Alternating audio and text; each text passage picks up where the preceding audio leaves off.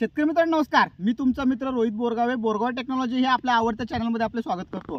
तर शेतकरी मित्रांनो, आज आपण पाहणार आहे की बाबा आल्याचं जास्तीत जास्त उत्पादन आपल्याला काय येत नाही, ह्याची काही कारणं आहेत आणि हे कारणाचा आपण अभ्यास करायचा आहे की जेणेकरून नैसर्गिक कारण असू दे किंवा आपल्याकडनं कारण असू दे, तर ही कारणं आज बघूया जेणेकरून आपल्या सर्व शेतकऱ्यांचं जास्तीत जास्त उत्पादन येईल.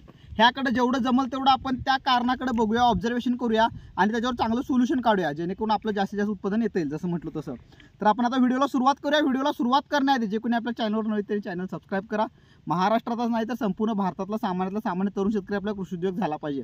तसंच फेसबुकवर असाल तर आमचं हे पेज आपलं लाईक करा, फॉलो करा आणि आपल्या मित्रांच्यापर्यंत पण पोचवा. तर शेतकरी मित्रांनो, अद्रक हे पीक जसं की तुम्हाला माहिती आहे की बाबा तसं रिकमेंडेशन त्याचं मे जूनपासून आपलं असतं बऱ्यापैकी. तर पावसाळ्याच्या आधी 45 दिवस आपला अद्रक लावायचं असतं जेणेकरून पाऊस चालू झाल्यावर आपल्याला ह्या गोष्टी सहज सोप्या होतील असं. पण अलीकडं पावसाचं हे ह्या वर्षी तर पूर्ण पावसानं आपल्याला हे केलेलं आहे. तर काही नैसर्गिक गोष्टी आपण बघूया. तर अद्रकीला पाऊस लागतो शेतकरी मित्रांनो. जेवढं जास्तीत जास्त पाऊस असेल तेवढा आपला खर्च कमी येतो आणि अद्रक वाढायला, फुटवा यायला चांगला आणि बाकीच्या गोष्टी डेव्हलप व्हायला सुद्धा खूप चांगलं काम करत असतं. तर आता ते आपल्या हातात नाही आहे, पण लावताना ही महत्त्वाची काळजी घ्यायची आपल्याला किंवा पावसाळ्याच्या आधी 45 दिवस लावायचे आपल्याला. आधी आपण अक्षय तृतीयेला लावत होतो, बरेच लोक अकितीचा मुहूर्त करत होते. ह्या सगळ्या गोष्टी मान्य आहेत शेतकरी मित्रांनो, कारण का त्यावेळेला बरोबर 1 जूनला आपल्याला पाऊस येत होता. पण अलीकडे पाऊस आपल्याला जुलै महिन्यात यायला आहे, 15 जून नंतर यायला आहे. तर त्या दृष्टिकोनातून बघितलं तर आपण त्याच्या आधी 45 दिवस आपल्याला लावायचं आहे. तर म्हणजे आपल्याला 1 मेच्या दरम्यान आपण सर्वसाधारणपणे प्लॅनिंग चालू करायला पाहिजे किंवा त्याच्या पुढेही केलं तरी चालू शकतं, आपल्याला काही अडचण नाही. नसेल अदरवाईज तर त्याला आपण रेन पाईपची व्यवस्था करणं महत्त्वाचे आहे. रेन पाईप 8-8 फुटाला टाकणे किंवा ज्यांच्याकडे रेन गन आहे त्यांनी रेन गनचं हे करा. पण हे थोडं 50% आपण त्यामध्ये त्याचं काम उपयोग करून घेऊ शकतो. म्हणजे 50% त्याचा फायदा होईल पण 50% होणार नाही आहे. पण तेवढं तर आपल्याला फायदा होऊन जाऊ शकतो त्यामध्ये. तर ही एक महत्त्वाची गोष्ट आहे की पहिली गोष्ट किंवा पावसाचा प्रादुर्भाव, त्यामुळे आपल्याला उत्पन्नामध्ये प्रॉब्लेम येऊ शकतो. दुसरा महत्त्वाचा पॅरलल बघितला तर ऊन, अति ऊन किंवा आभाळ ह्या गोष्टी आहेत की बाबा आता पावसाळा, ऊन, आभाळ ह्या गोष्टी थोड्या कशा असतात शेतकरी मित्रांनो बघा, की आभाळ झालं तर आपल्या इकडे सगळं आळी फिरणार. आभाळ झालं तर तुमचा जो सॉफ्ट रॉट आहे तो उद्रेक व्हायला चालू होणार. आभाळ जास्त झालं तर ह्युमिडिटी होणार, त्यामुळे फ्युझॅरियम विल्ड पण काही वेळेला आपल्याला तोंड बाहेर काढणार किंवा बॅक्टेरियल जे काय आहेत तर ह्या गोष्टी बाहेर यायला फेवरेबल क्लायमेट तयार व्हायला चालू होतं. तर ह्या गोष्टीकडे काळजी घ्यायची आपल्याला की बाबा आता हे काळजी आपल्या हातात नाही आहे. पण समजा आभाळ झालं तर मग त्यावर आपण प्रॉपर स्प्रे मारणं किंवा बऱ्याच गोष्टी किंवा ह्याच्यावर काय उपाय काढायचा आपण शेवटी बघू. तर हा एक प्रॉब्लेम आहे नैसर्गिक. दुसरं थंडी, अति थंडीमध्ये पाण्यात जास्त झालं समजा किंवा थंडीमुळं गारटलं तर वाढ, फोटोसिंथेसिस क्रिया ही सगळी थांबते. हे नैसर्गिक कारणं झाली. आता ह्याला काही करू शकत नाही, फक्त ह्यामध्ये आपण प्रॅक्टिस प्रॉपर करणे, सगळा अंदाज घेणे आपल्या वातावरणाचा, काही वेळेला नेटचा आपण मोबाईलचा वापर करून घेणे, इंटरनेटवरनं शोधणे की बाबा पुढच्या आठवड्यामध्ये 15 दिवसामध्ये काय होणार आहे, त्याप्रमाणे आपण आपल्या शेड्यूल्समध्ये काही बदल करणे हे गरजेचं आहे. आता शेतकरी मित्रांनो, महत्त्वाचा मुद्दा की बाबा आपल्याकडनं काय काय चुका होतात आणि ह्या चुका होऊ नये काळजी घ्यायचं आपल्याला की जेणेकरून आपलं जास्तीत जास्त उत्पादन येईल. सर्वात महत्त्वाचं आहे की बाबा आपण अद्रक लावत असताना टाईम प्रॉपर साधणं, की पावसाळ्याच्या आधी मिनिमम 30 ते 45 दिवस आधी आपण लावलं पाहिजे आणि त्यातून आपलं पावसाळा चालू झाल्या आपलं अद्रक वाढायला सुरुवात झाली पाहिजे. ही महत्त्वाची गोष्ट आहे. दुसरी महत्त्वाची गोष्ट काय आहे की रान तयार करणं प्रॉपर. रान तयार करत असताना बाबा की बेसल डोस टाकला नाही तरी चालू शकतो, टाकला तरी चालू शकतो. त्याचा एक सेपरेट व्हिडिओ करणार आहे की बाबा कशा पद्धतीनं बेसल डोस आपल्याला फील करायचा आणि त्यातनं जास्तीत जास्त त्याची ताकद ओढून घ्यायची आपल्याला. पण नाही टाकला तरी पण लावणं प्रॉपर, शेताची मशागत करणं प्रॉपर महत्त्वाचं आहे. तुम्ही सगळ्यात महत्त्वाची पहिली गोष्ट आहे की बाबा शेतकरी मित्रांनो, रेसिड्यू काय ठेवू नका. म्हणजे काय आहे की जी काही बुरशी असते शेतकरी मित्रांनो, जसं की फ्युझॅरियम विल्ट आहे तुमचा किंवा जे काय आहेत, कुठलीही बुरशी शेतकरी मित्रांनो, जसं तुमचं बॅक्टेरियल बुरशी असू दे, फंगस असू दे किंवा काय पण असू दे, हे जमिनीमध्ये कधी वाढत नाही शेतकरी मित्रांनो. किंवा आपल्या डोक्यातला एक सगळ्यात महत्त्वाचा गैरसमज काढून टाका की माझ्या जमिनीमध्ये बुरशी आहे. जमिनीत कधीच बुरशी, मातीमध्ये कधीही बुरशी वाढत नाही. मातीमध्ये फक्त आपले जीवाणू चांगले, बॅक्टेरिया जे आहेत उपयोगी आहेत ते तेवढेच वाढत असतात. कुठलीही बुरशी वाढायला त्याला कुठलेही रेसिड्यू लागतात. म्हणजे आपला पालापाचोळा कुजून पडलेला आहे, आपण ऊस लावलेलो, ऊसाचं खोट सगळं त्यामध्ये राहिलेलं आहे, आपण तूर लावलेलो, सोयाबीन लावलेलो त्याचे सगळे माडं तिथं राहिलेले आहेत, आपण टोमॅटो लावलेलो, मिरची लावलेलो त्याची मुळं शिल्लक आहेत, त्याचं जे काही शिल्लक आहे, तर हे जे काही शिल्लक अवशेष आहेत त्याच्यावरच ते बुरशी जगत असते आणि त्याच्यावर वाढत असते आणि ते हळूहळू त्याच्यावरचं तिथलं खायचं संपलं की आपल्या झाडाच्या मुळावर येणार आणि तिथं खायला चालू करणार. तर ह्या गोष्टी महत्त्वाच्या आहेत की सगळं स्वच्छ करून घेणं, प्रॉपर त्याचं नियोजन करणं हे महत्त्वाचं आहे. त्याच्या पुढं सर्वात महत्त्वाची गोष्ट आहे की रान प्रॉपर तयार करून, प्रॉपर बेड तयार करून, प्रत्येक बरोबर आपलं जे काही माप ठरलेलं आहे की त्या मापाप्रमाणे अद्रक प्रॉपर लावून घेणं महत्त्वाचं आहे आणि त्याच्या जर्मिनेशन प्रॉपर करणं आणि त्याला प्रॉपर सीड ट्रीटमेंट करणं हे गरजेचं आहे. त्याच्या पुढं जाऊन म्हटलं तर महत्त्वाची चूक होती की पाणी नियोजनात. जसं की मी तुम्हाला म्हटलो की बाबा समजा शक्य असलं तर रेन पाईपचा वापर आपण करायचा जर का पाऊस पुढं चालला तर, जेणेकरून गारवा राहील वातावरणामध्ये, एक ह्युमिडिटी चांगली तयार होईल की फेवरेबल वातावरण 50% तर त्याला उपयोगात येईल असं. तर ही काळजी घ्यायची आहे. तसं नाही झाल्यास पाण्याचं प्रॉपर नियोजन असणं महत्त्वाचं आहे. 2 लॅटरल करणं अतिशय चांगलं आहे शेतकरी मित्रांनो, कारण का गव्हर्नमेंट आपलं खूप चांगलं आहे. खूप टाईम टू टाईम आपल्याला लाईट मिळते, 24 तास लाईट मिळते, त्यामुळं आपल्याला काम सोपं होतं. तर असं नाही आहे, कारण त्यासाठी आपण 2 लॅटरल टाकू शकतो, जेणेकरून आपण 1 तास जरी पाणी पाजवलो आणि संध्याकाळचं 1 तास जरी पाणी पाजवलो, म्हणजे 2 तासाची गरज आहे आपल्याला, तर सकाळी 1 तास संध्याकाळी 1 तास पाजवलो तर एक व्हर्टिकल सेक्शनमध्ये पूर्ण प्रॉपर पाण्याचा बेड गरवू शकतो. तर हे का गरज आहे, कारण का मुळं वाढायला, म्हणजे आता अद्रक हे आपलं मूळच असतं, तर त्याला खोड नसतं, तर त्याची जी डेव्हलपमेंट करायची आहे तर तिथं डेव्हलपमेंट करत असताना तिथं ऑक्सिजनची गरज असते खूप मोठ्या प्रमाणामध्ये, आणि ऑक्सिजन कशातून मिळणार, आपल्याला पाण्यातून मिळणार. तर हे पाणी नियोजन प्रॉपर असणं महत्त्वाचं आहे. पाणी नियोजन पूर्ण इंडेक्समध्ये जाणं महत्त्वाचं आहे आणि ते फुटवं शूट जे काढणार आहेत तर तिथं एक फेवरेबल क्लायमेट तयार होणं हे गरजेचं असतं. तर त्यासाठी पाणी नियोजन खूप महत्त्वाचं आहे. त्यानंतर महत्त्वाचा राहिला विषय की बाबा फर्टिगेशन नियोजन.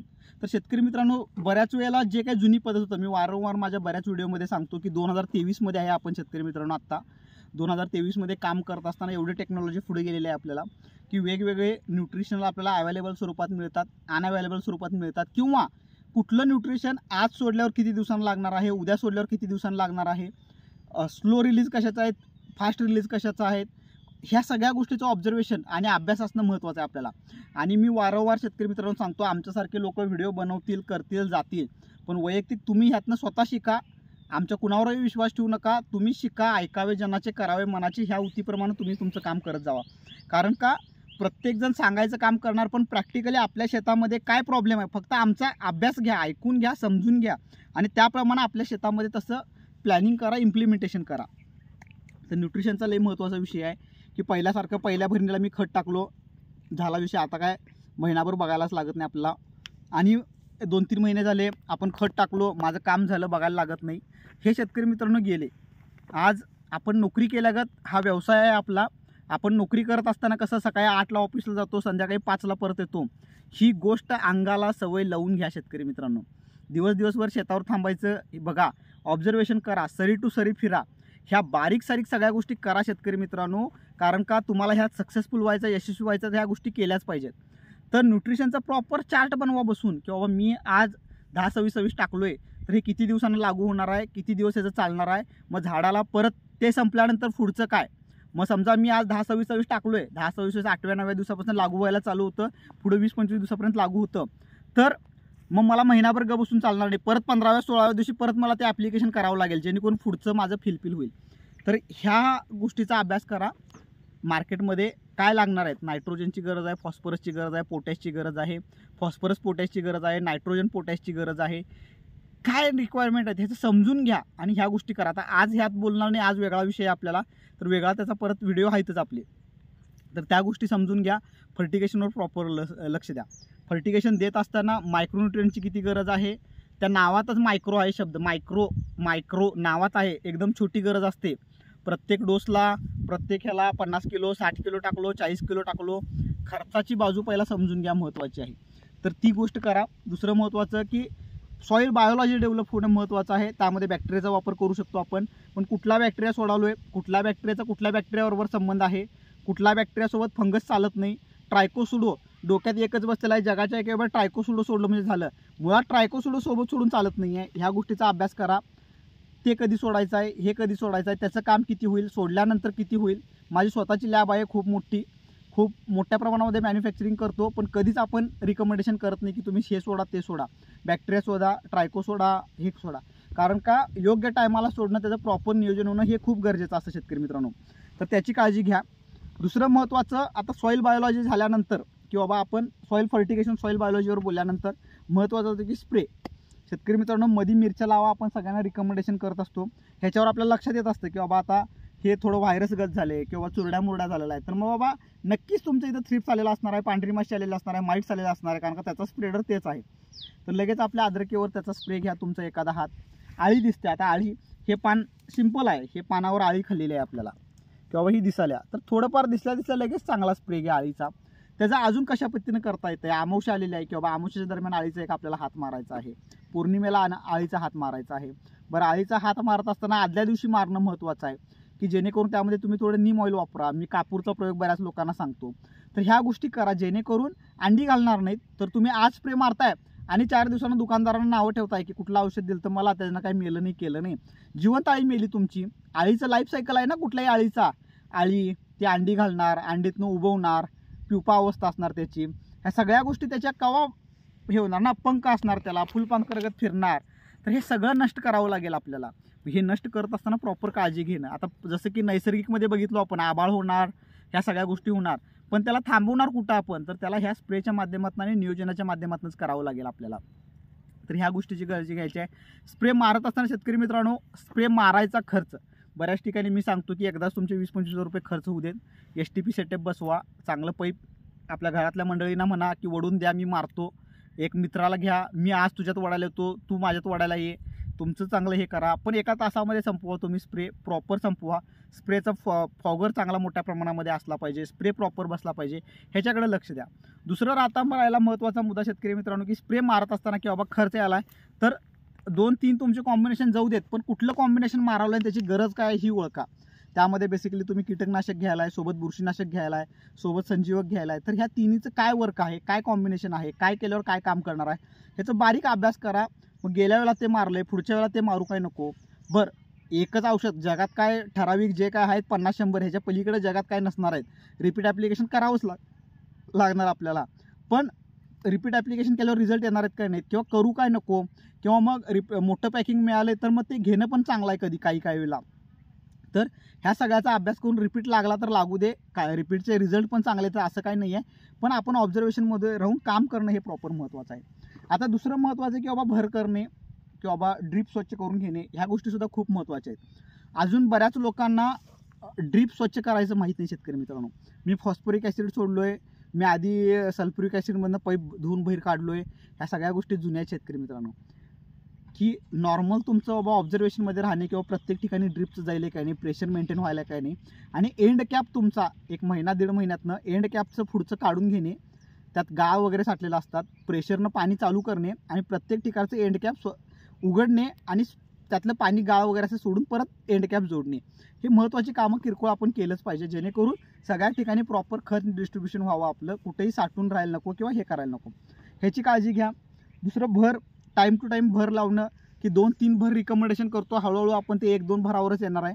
जास्त भर पण गरजेचं नाही आहे, कारण का फुटवा प्रॉपर व्हायला काही नाही, हे महत्त्वाचं आहे. तर त्याचं नियोजन करणं प्रॉपर महत्त्वाचं आहे. आणि आता सगळ्यात महत्त्वाचं की बाबा अद्रक आपण जास्तीत जास्त उत्पादन न घेण्याचं कारण आहे की शेतकरी मित्रांनो, ऑब्झर्वेशन नसणं आपल्याला, आणि काय करावं ह्याचं काही अभ्यास नसणं.